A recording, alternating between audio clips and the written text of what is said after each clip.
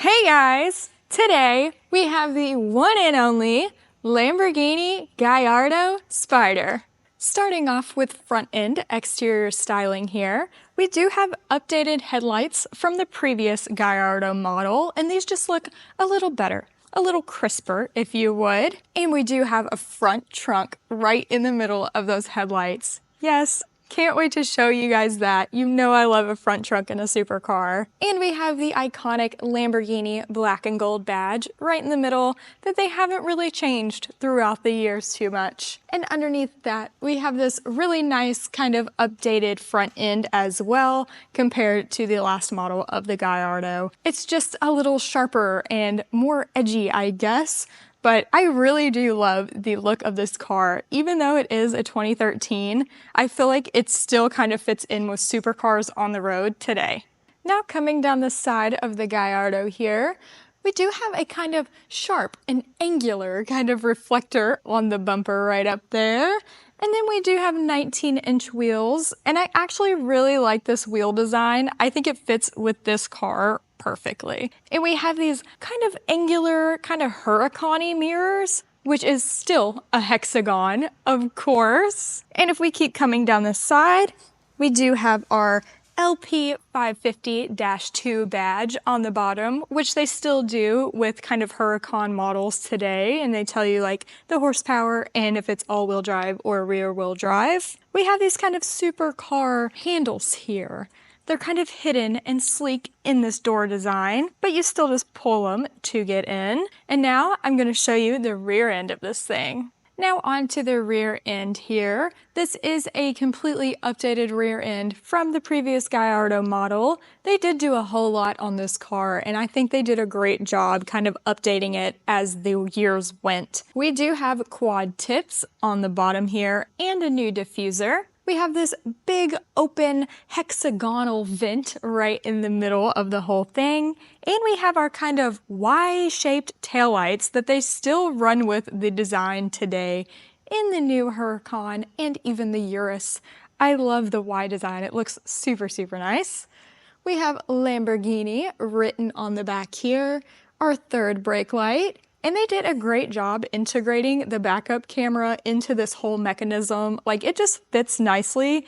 And having a backup camera for 2013 was like actually such an advancement in that time. So I like that this car does have that. And because this is a Spider, you don't get to see your motor in the back here, but it does have a bunch of open vents for cooling and things like that. And I feel like if you were to wrap this car, it would be a major pain in the butt because look at all these like holes you have to go around and make sure that everything looks smooth. But now we're going to get into the engine specs of this car. And this is a 5.2 liter V10 making 550 horsepower. It is rear wheel drive and goes 0 to 60 in 3.9 seconds. And to get into the frunk of this car here, there's a little latch in the driver's footwell. You just pull it towards you, and then there is a small latch to lift this up. It's almost like a little button, and it's to the left of the Lamborghini badge. Push up on that. And we have these cool kind of metal struts on the side. You don't really see them just plain metal. I think that looks neat. And if we start right here on the bottom of the hood, we have our little Lamborghini paint sticker. It shows what color your car is painted in. I think that's really cool. We do have windshield washer fluid over on the left side there. And I mean, you get a decent amount of trunk space for this car. It's pretty deep. It's not super wide, but you could get a couple things home if you needed to. There are a couple little Lamborghini branded bags on the sides here. This one on the left is your tire inflator kit, while this one on the right just has like your tow hook and a couple tools in it. This little square on the back is where your battery is stored, so if you want to keep it on a battery tender, you can do that. And over on the right side, there is a 12-volt and a little light for you.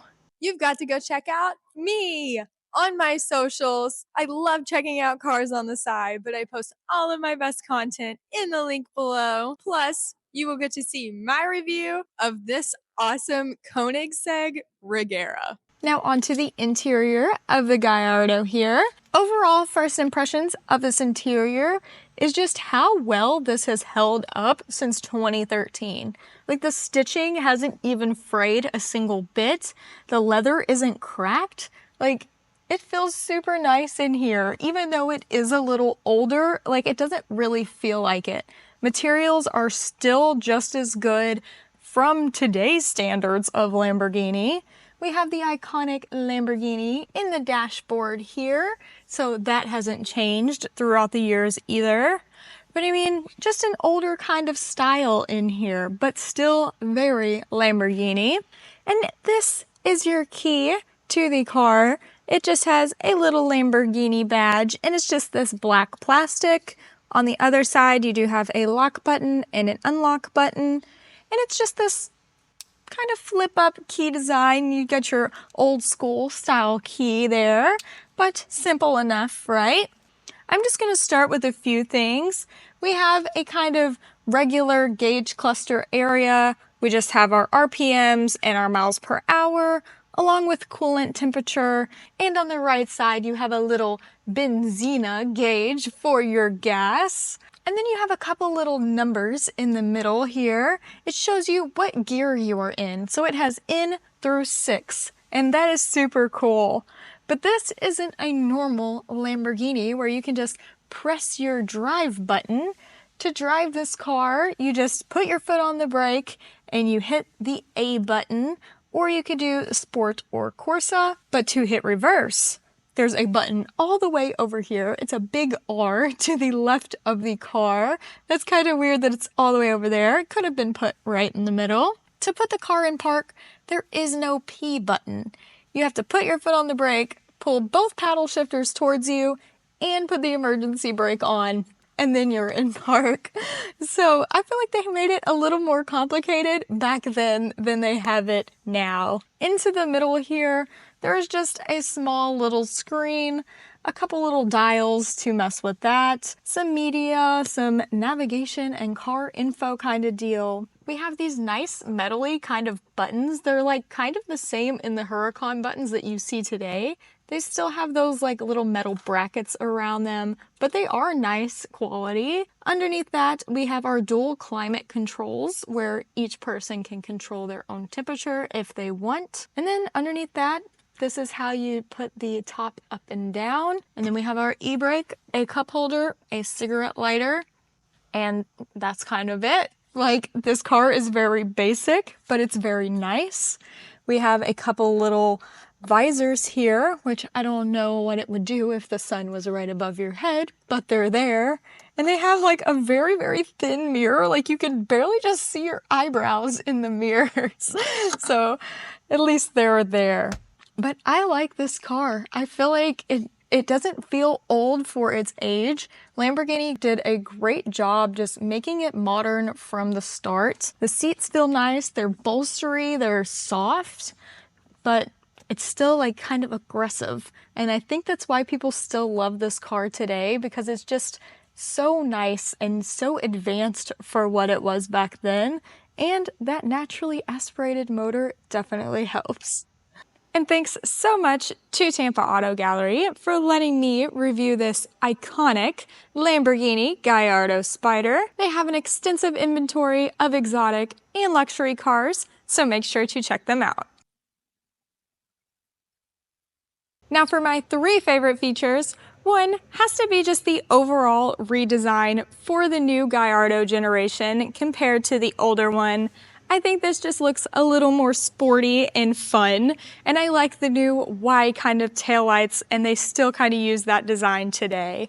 2 is that little reverse button. He's just off to the side by himself in his own little spot, and I thought it was just a quirky little thing that was kind of cute.